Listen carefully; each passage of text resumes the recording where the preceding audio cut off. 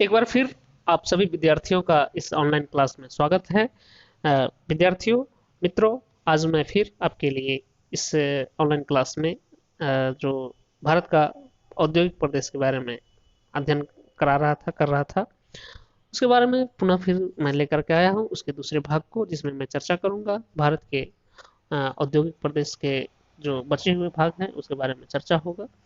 और इससे पहले की क्लास में जो मैं आपको बताया था, उसमें आपको बताया था कि भारत के औद्योगिक प्रदेश का जो है वह समूहन किस प्रकार से हुआ, उसके स्थानीयकरण के जो कारक हैं वो कौन कौन से हैं उसकी चर्चा किया था। फिर उसमें बताया था आपको 8 औद्योगिक प्रदेश के बारे में चर्चा किया था, जिसमें था मुंबई पुणे औद्योगिक प्रदेश, हुगली प्रदेश, बैंगलोर तमिलनाडु प्रदेश, गुजरात प्रदेश, छोटा नागपुर प्रदेश, विशाखापत्तनम गंटूर प्रदेश, गुड़गांव दिल्ली मेरठ प्रदेश, कोल्लम तिरुवनंतपुरम प्रदेश। ये 8 जो है बिंदु मैं बताया था, 8 औद्योगिक प्रदेश के बारे में बताया था। लेकिन इसके बारे में मैं दो मुख्य औद्योगिक प्रदेश का चर्चा किया था, जिसमें मुंबई पुणे और औद्योगिक प्रदेश, दूसरा हुगली औद्योगिक प्रदेश के बारे में विस्तृत चर्चा हुई थी। अब जो इस ऑनलाइन क्लास में मैं चर्चा करने वाला हूँ वह तीसरा है बेंगलोर तमिलनाडु औद्योगिक प्रदेश, और फिर मैं चर्चा करूंगा गुजरात औद्योगिक प्रदेश, और फिर पुनः मैं चर्चा करूंगा आपसे पांचवा छोटा नागपुर प्रदेश। तो अब आइए कि तीसरा हम बेंगलोर तमिलनाडु औद्योगिक प्रदेश के बारे में चर्चा करें। तो इस औद्योगिक प्रदेश का विस्तार कर्नाटक तथा तमिलनाडु राज्यों में है। इस प्रदेश ने स्वतंत्रता के बाद बड़ी तेजी से उन्नति की है। सन 1960 तक उद्योग बेंगलोर, सेलम और मदुरै जिलों तक ही सीमित थे, लेकिन वे अब विलुपुरम जिलों को छोड़कर तमिलनाडु के सभी जिलों में फैल गए हैं। यह प्रदेश कोयला क्षेत्र से दूर है, अतः इस प्रदेश का विकास 1932 में निर्मित पाइकारा जल विद्युत संयंत्र पर निर्भर है। कपास उत्पादक क्षेत्र होने के कारण सबसे पहले सूती वस्त्र उद्योग ने यहाँ अपनी बड़ी जड़ें जमाई। सूती वस्त्र कारखानों के साथ करघा उद्योग का प्रसार बड़ी तेजी से हुआ।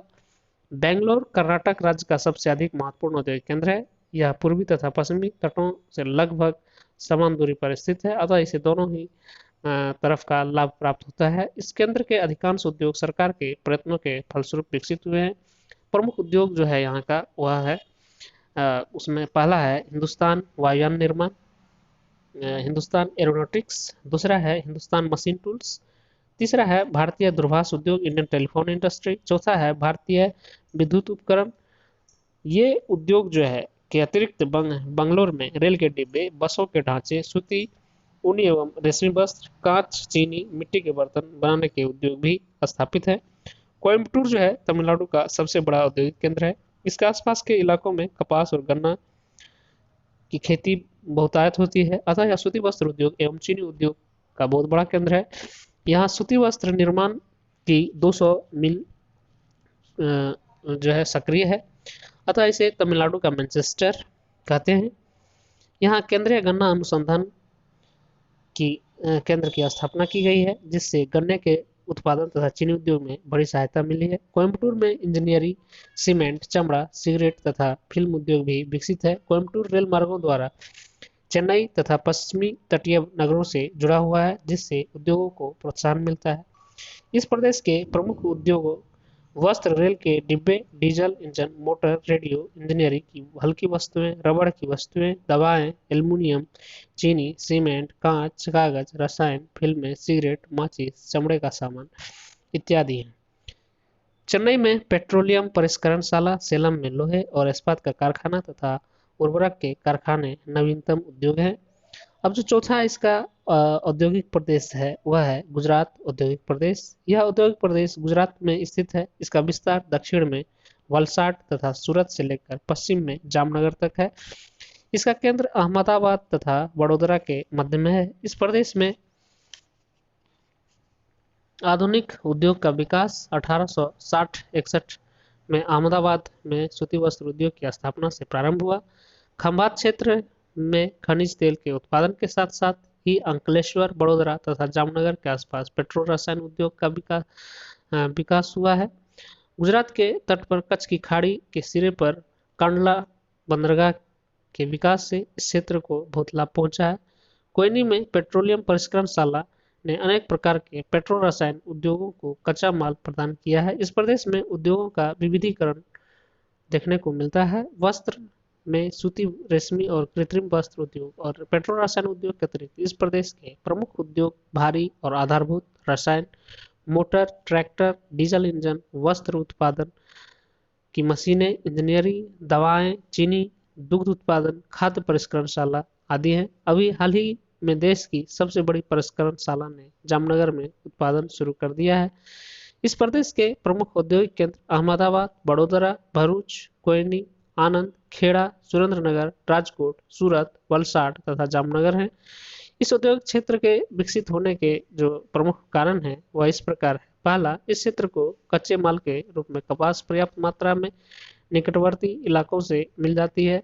दूसरा, यहाँ मुंबई से अधिक सस्ते मूल्य पर भूमि मिल जाती है जो औद्योगिक विकास के लिए अनिवार्य है। इस क्षेत्र को गंगा सतलुज के मैदान में बाजार की बहुत सुविधा है। सस्ते एवं कुशल श्रमिक स्थानीय रूप से मिल जाते हैं। कांडला तथा मुंबई बंदरगाहों से आयात निर्यात की सुविधा है।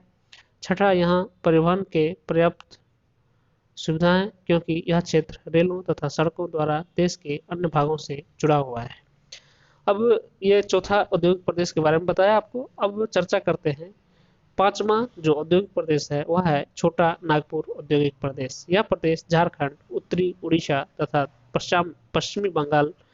पश्चिम बंगाल में विस्तृत है। इस क्षेत्र के विकास का आधार यहाँ पर मिलने वाली खनिज संपदा है। दामोदर घाटी का कोयला तथा झारखंड एवं उड़ीसा में मिलने वाला उत्तम जाति का या उत्तम कोटि का लौह अयस्क मुख्य खनिज है जो एक दूसरे के निकट ही मिलते हैं। इसलिए इस क्षेत्र को भारत का रूर ऑफ इंडिया के नाम से पुकारा जाता है।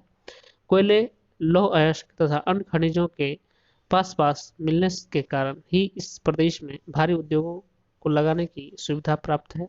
जमशेदपुर, बर्नपुर, कुल्टी, दुर्गापुर, बोकारो और राउरकेला में लोहे और इस्पात के 5 बड़े एकीकृत कारखाने इसी प्रदेश में स्थित है। इस प्रदेश के प्रमुख उद्योग में भारी इंजीनियरिंग, मशीन उपकरण, उर्वरक, सीमेंट, कागज, रेल के इंजन और बिजली का भारी सामान है। रांची, धनबाद, चाईबासा, सिंदरी, हजारीबाग, जमशेदपुर, बोकारो, राउरकेला, दुर्गापुर, आसनसोल और डालमिया नगर इस प्रदेश के प्रमुख औद्योगिक केंद्रों में गिना जाता है। इस क्षेत्र में उद्योगों के या औद्योगिक पेटी के विकसित होने के जो कारण हैं वह कारण इस प्रकार है। पहला, झरिया, रानीगंज एवं बोकारो, गिरिडीह क्षेत्रों से कोयला मिल जाता है। दूसरा है ऊर्जा की आवश्यकता को पूरी करने के लिए प्रदेश में ही ताप बिजली घर और जल विद्युत संयंत्र लगाए गए हैं।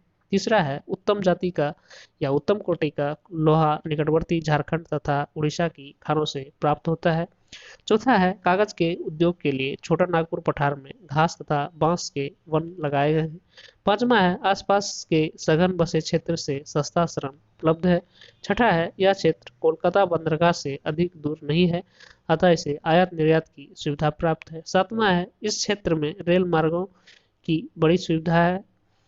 आठवां है भूगली नदी के औद्योगिक क्षेत्र में औद्योगिक विकास संतृप्त अवस्था तक पहुंच चुका है अतः औद्योगिक वृद्धि के प्रादेशिक संतुलन को बनाए रखने के लिए सरकार छोटा नागपुर पठार के औद्योगिक प्रदेश के विकास की ओर ध्यान दे रही है। तो इस तरह से जो यह ऑनलाइन क्लास का जो दूसरा भाग है इसमें मैं आपसे जो चर्चा किया मुख्य रूप से वह चर्चा था मेरा तीसरा औद्योगिक प्रदेश बेंगलोर तमिलनाडु औद्योगिक प्रदेश का चर्चा किया। फिर मैं दूसरा चौथा गुजरात औद्योगिक प्रदेश का चर्चा किया। फिर पांचवा जो बताया आपको छोटा नागपुर औद्योगिक प्रदेश का चर्चा किया। फिर अगले भाग में जब मैं मिलूंगा आपसे तो इस ऑनलाइन क्लास के अगले भाग में मैं बताऊंगा आपको छठा इसका औद्योगिक प्रदेश है विशाखापट्टनम गुंटूर प्रदेश। सातवां है गुड़गांव दिल्ली मेरठ प्रदेश। आठवां है कोल्लम तिरुवनंतपुरम जो है औद्योगिक प्रदेश। तो ये 3 पेटी का चर्चा मैं अगली क्लास में करूंगा।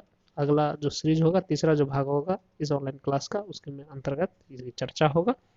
तो उम्मीद करता हूँ छात्रों कि इसके पहला और दूसरे भाग को जब आप गौर से सुनेंगे इसको देखेंगे समझेंगे तो निश्चित रूप से आपको भारत का औद्योगिक प्रदेश के बारे में आसानी से जानकारी हो जाएगी और आप स्वाध्याय करेंगे तो और भी आपका कॉन्सेप्ट क्लियर हो जाएगा। फिर भी यदि आपको कोई समस्या हो तो आप जो है मुझसे संपर्क करेंगे और उस समस्या का मैं समाधान करने का कोशिश करूंगा। तो मिलता हूं फिर इसके अगले भाग में, तब तक के लिए धन्यवाद।